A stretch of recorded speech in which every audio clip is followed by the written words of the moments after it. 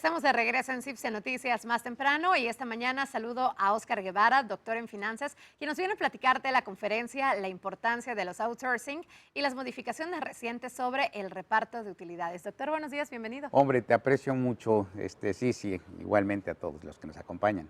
Pues estamos muy contentos de que nos venga a platicar sobre todo de un tema tan importante, sobre todo con las últimas modificaciones que han estado ocurriendo en nuestro país con el tema del outsourcing. Platíqueme de esto. Pues te quiero comentar y también participarles a todos los que nos siguen, que efectivamente es un tema candente, porque Sí, pues claro. cada vez, mes con mes, se van modificando este tipo de regulación y bueno, particularmente tratando de darle cierto sentido jurídico, un mayor reforzamiento legal para este derecho de los trabajadores, de la estabilidad en el empleo. Y lo desafortunado es que en la última década pues se vino a pisotear justamente el derecho del trabajador a su propia dignidad.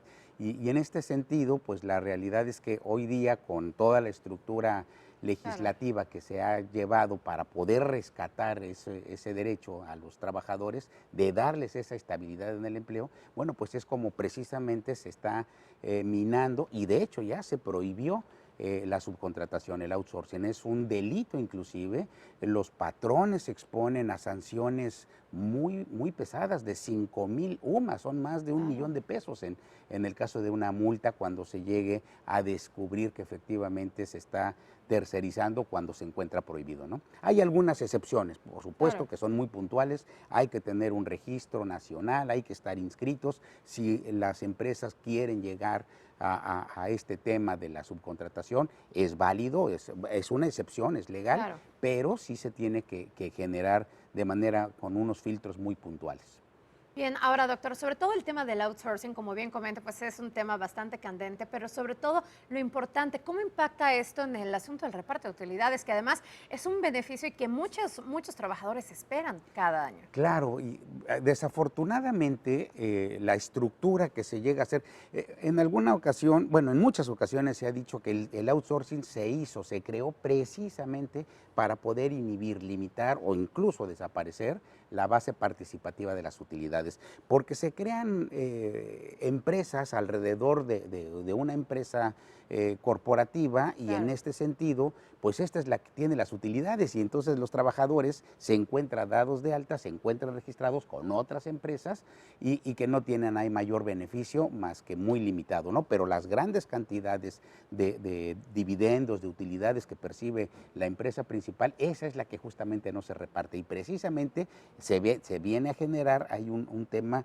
que a veces hasta por desconocimiento, en la propia Ley Federal del Trabajo, el artículo 127, fracción 4 bis, se crea para poder establecer a esos trabajadores que pueden tener derecho a incluso al reparto de utilidades de aquella empresa beneficiaria. Entonces, pues nada más es cuestión de que se acerquen ante las autoridades laborales, exijan ese derecho, porque tampoco van a mendigar algo que no les corresponde. Al contrario, son derechos que son irrenunciables, que constitucionalmente están protegidos, están guarecidos, y que bueno, pues hay que respetarlos, ¿no? Bien, usted, doctor, acaba de nombrar una palabra tan importante, derechos, y sobre todo con todo ese asunto del outsourcing, se han ido como mermando un poquito todos estos aspectos. Ahora, los trabajadores, ¿qué deberían de tener en cuenta con respecto a este tema? No solo con respecto a sus derechos, sino el asunto del reparto de utilidades. Bien, es importante que todos los trabajadores, hay una aplicación en el Seguro Social que se pueden acceder a ella, establecer ahí a través de su número de seguridad social y poder ver sus semanas de cotización. Pero es bien importante que, independientemente del número de semanas de cotización, ahí Claro. pueden ver perfectamente cuáles son los movimientos salariales que el patrón, que supuestamente lo está contratando, los ha estado dando de alta, de baja, se comunican las modificaciones salariales, y esto es verdaderamente trascendente, porque el trabajador sí tiene en ese sentido el pulso y el conocimiento de qué es lo que está cotizando.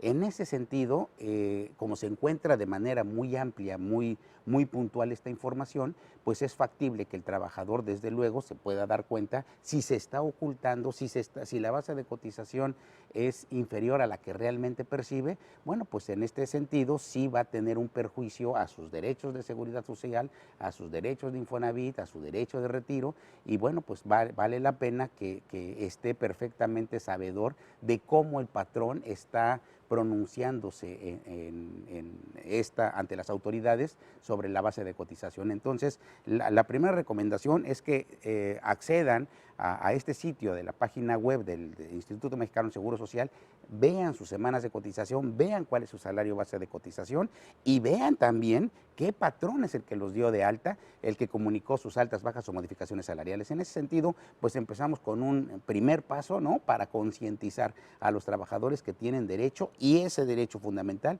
que es esta base de cotización. Tiene que ver, por supuesto, al final del día con el reparto de utilidades, que bueno, pues aun cuando sea un derecho aspiracionista, dirían por allá, la realidad es que es un derecho constitucional que lo deben de exigir. Al final del día, todo lo que tengan derecho en el ejercicio fiscal corriente se va a tener que repartir hasta el mes de mayo.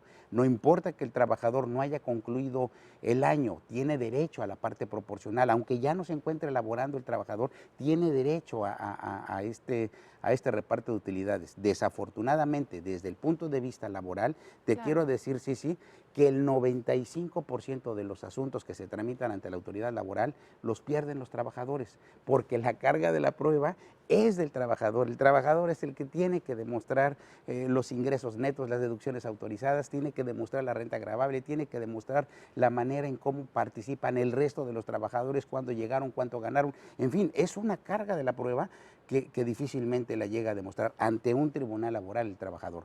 Pero esto no quiere decir que se inhiba por completo su derecho.